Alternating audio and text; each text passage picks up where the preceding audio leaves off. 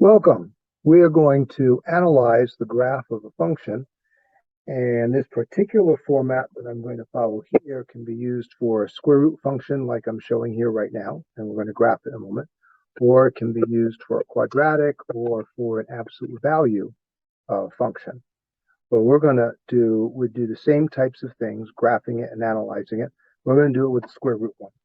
So what we are going to do is graph that, and I'm going to notice first what the domain is. So inside a square root, it cannot be a negative. So we're going to say that 5x minus 10 must be greater than or equal to 0. So 5x is greater than or equal to 10 by adding 10 on both sides. And dividing by 5, we can see that x must be greater than or equal to 2. As a result, I can now do a table to start with 2 and plot a few points that we can then graph it with. So if I put 2 in here, I'm going to get 10 minus 10 greater than or equal to 0. So 2 and 0 is one of my points. All right, now if I put 4 in here and I do 20, take away 10, well, actually I have to do it with the square root here, because now I'm going to do the square root of 5x minus 10. Oh, and then plus 1. I actually forgot the plus 1 on this one here, so let's do the plus 1. So 5x, let's write this a little more clearly. 5x minus 10 inside the square root. Okay, so this point here needs to be at 2 and 1. So that would be just about here. And then 4, 20 take away 10, square root of 10 plus 1 puts us at about 4.2. So 4 and 4.2. Okay, so 4.2, maybe about here. And then the next one, let's use 7. That's 35 minus 10 is 25. Square root of 25 is 5. Plus 1 is 6. So we'll go to 7 and go up to where 6 is, about here. And then let's do it with 10. So 50 minus 10 is 40. Square root of 40 plus 1 is about 7.3. So at 10, we're at about 7.3, which I'll estimate is maybe about here.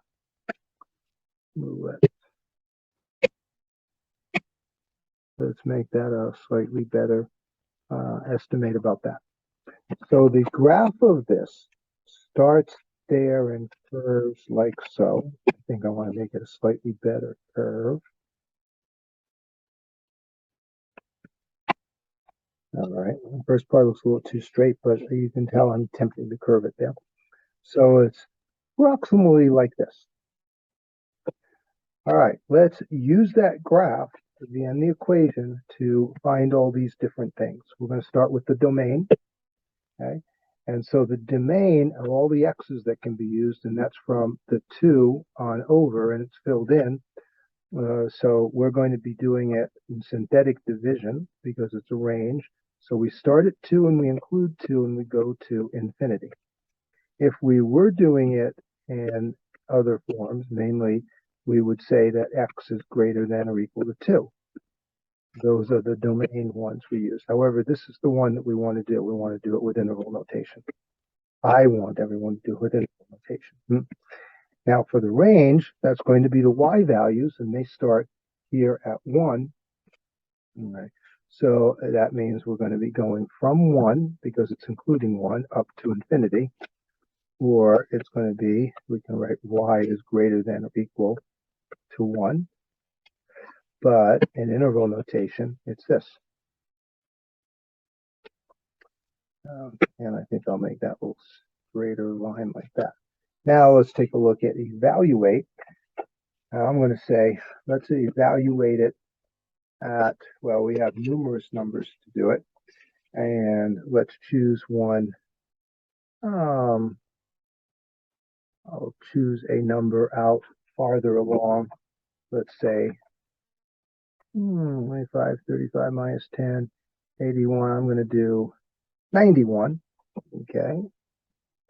and that's because I want to get a perfect square in here on it. So at 91, we're going to do the square root of, ooh, wait a minute, that puts me up too high. I apologize, let's not use that. Let's use a simpler number at, say, I want to be past the 10, so let's do 12. So 12 times 5 is 60, minus 10 is 50. So actually, let's write it out. 5 times 12 minus 10, and then the plus 1. So that's equal to 60 minus 10 is 50, plus the 1. Well, the square root of 50 is about 7.1. 7.1 plus 1 is equal to 8.1. So we would say that the function at 12 is approximately 8.1. And that's why I should put approximate here, because the square root of 50 is approximately 7.1. Now, remember what evaluating does is if you wish it, you can then have it as a point to graph.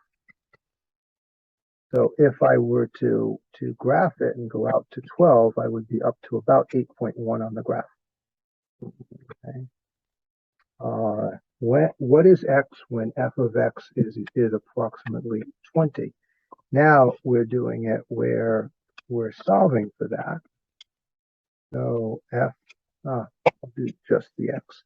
5x minus 10 plus 1 is approximately equal to 20. So what we're going to do is subtract 1. So we're going to get 5x. Okay. Actually, I'd like to do this. I'm going to redo that because I'm going to make that 21 because we're going to get a nice even number if I do 21. If I do 21 here, now when I subtract, I do that on purpose because now when I subtract this 1, minus 1 on both sides, we're going to get 5x minus 10 is equal to 20, or approximately equal to 20. Now I'm going to square both sides. If I square both sides here, I will take rear of the square root. So I'm going to do squaring this side and squaring this side. So I'm going to get 5x, oops, no square root anymore. 5x minus 10 is equal to 400. Okay. Now, when I add 10 to both sides, I get 410. 5x equals 410. When I divide that by 5, I get that x is equal to 82, which gives us a point, if I wish to use it, of 82 and 20. Now that tells us, and actually I want to put this one since that's our x. I want to put that in a box and put it in yellow. So if we were to make that a coordinate point, we would now have another point on the graph. And if you notice, it's taking a long time to get out to 20, or to get to 20. You have to go all the way out to 82 before this graph goes up here to, or up a little further. I guess 20 would be about here. So it takes a long time to get there because it's because the square root 1 goes not quite flat, but goes up very slowly after the first few numbers. Okay, interpret the general trend. And this takes a little sentence here.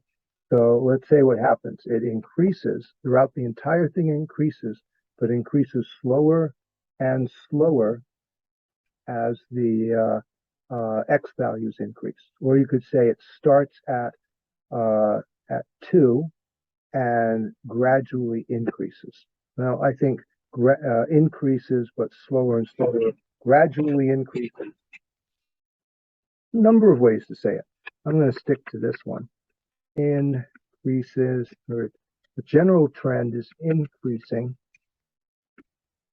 but slower and slower as the x values increase. I think that's a general way of saying what is that happened here. Where does it increase, decrease, or constant? Well, it decreases never, and it's never a constant. It's never a straight line constant. It always is still going up.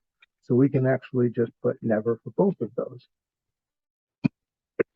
I'm going to write that one better. But it increases basically starting at 2 and continuing all the way on. So it actually is increasing from 2 and including 2 all the way to infinity. It never stops increasing. It's increasing very, very little, but it's always increasing. All right, so, and notice that this is a domain. It's the domain for it also, but that's because it increases throughout the entire thing. So the relative maximum, we'd have to say none, because every point is slightly higher than the point before it, all the way through the entire thing. So it never gets to a point where it starts going down, so there's no relative maximum. There's no little mountaintop or hump. The relative minimum, now this is where we can say that there's two ways to look at it. You can say none, that there is no minimum, because the starting point shouldn't count as a minimum. Or you can say that it's at 2 and 0, because that is the starting point and that's the lowest point. So even though it's the starting point, the lowest point is actually that point. So I'm one of those people who think we shouldn't say none, though I understand why some people would. So I want people doing this kind of thing to give that number, that point, that's the starting point, even if it's the only low point and it goes up from there. Now, let's find the rate of change between what's on the graph, the 2 points, the 2 and 1, and the 10 and 7.3. Okay, so when I go up here, I want to find the rate of change. And actually, that rate of change would be a straight line, or it would be the slope going here. So that dashed line would be the rate of change between those 2 points. Even though it's actually a different rate of change at every single point because the slope's slightly different every time, the overall average rate of change will be from that one to that one. So we'll actually find the rate of change, or the slope, is equal to 1y, the second one, minus the first y, and the second x minus the first x. That's going to be 7.3 subtract 1 and 10 minus 2. So what we get here is 6.3 over 8, which is approximately 0.8. So I'm going to put a box around that. I'm going to put a box around that. Okay, and because I want to say that's the answer to this one, I want all of the answers to be clearly identified, like so. Okay, I'll just put that, say that's the sentence. All right, so the rate of change between 2.1 and 10.7.3. Now let's figure out if the function is even, odd, or neither. This comes from the first part of this lesson, or at least the first thing that I did as a separate lesson or video. So the way we determine that, f of x, let's write out the thing, square root of 5x minus 10 plus 1. What we do is then figure out what it looks like with the x being negative. And if the signs stay the same, it's even. No, let's see. If they stay the same, they're even. If the signs all change, it's odd. And some change and some don't, then it's neither. So let's see what happens. We're going to do this, and we're going to do 5 negative x minus 10 plus 1. Well, that becomes square root of negative 5x minus 10 plus 1. Okay, so now let's analyze this, and we see that there's a change sign here, but there's no change sign here or here. So as a result, since there's a mixture, this we would say, and I guess I'll have to write it over here, is neither. So it's neither because some signs have changed and some have not. Okay, now for end behavior, let's take a look at what happens as this continues and goes on. So the end behavior is what happens when it goes past here, okay, farther on. Now, end behavior sometimes is looked at as going backwards, but there's no reason to here. In this one, it's not going backwards, it's only going forward. We have a starting point and we go to an ending.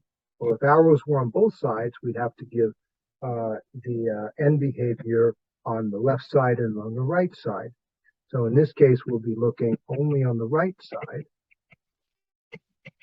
So on the right side, you have to think is how do we state what's happening here?